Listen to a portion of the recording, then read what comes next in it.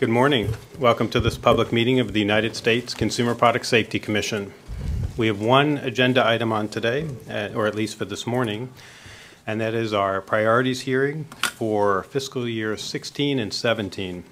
This is really for all of you, but Mr. Dennis, if you could jump in first, please.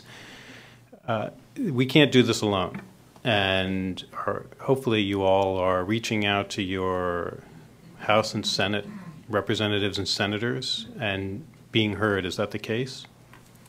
I'm very hopeful. In Ohio, the fire community came together. The Fire Chiefs Association in Ohio wrote a letter and took a vote with their members. They are only supporting photoelectric smoke alarms. The Ohio officials only support photoelectric smoke alarms. So we have the whole fire community only supporting photoelectric smoke alarms.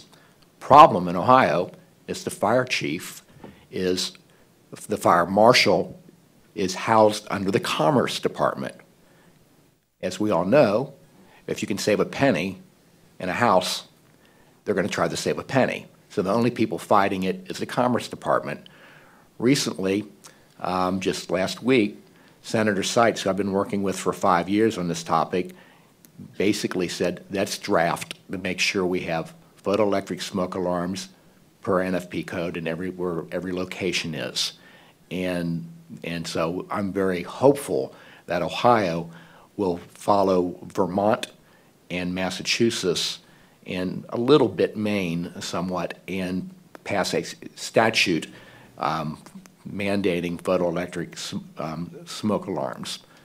So it is positive. The fire community in Ohio, the NEOFPA, Northeastern Ohio Fire Prevention Association, they even have a website up and are sponsoring a nonprofit to educate the public. But we need your help. We're Ohio. We can't cherry pick one city after one city after one city. Just like the issue with window blinds issue. Whose child is next? It could be in California. It could be in New Hampshire. It could be in Florida. These smoke alarms, when you pick up a packaging, what was interesting, the first alert packaging, you flipped over the back of the ionization packaging, it said for best protection you need both technologies. Same model number on photoelectric, you turn the back of that packaging over, they didn't say you needed both technologies because 100% of all lawsuits and deaths are because of one technology, ionization technology. It's so simple, and to me, it's very justifiable for you under the newest act of the Consumer Product Safety Commission Act, was it 2010?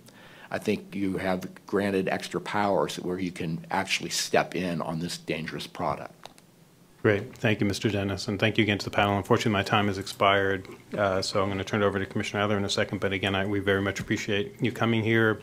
We probably will continue these dialogues with you, and I do hope that you also are reaching out to your U.S. House and Senators, and especially trying to reach them in your community, seeing them in their local offices. I think that'll make a huge difference.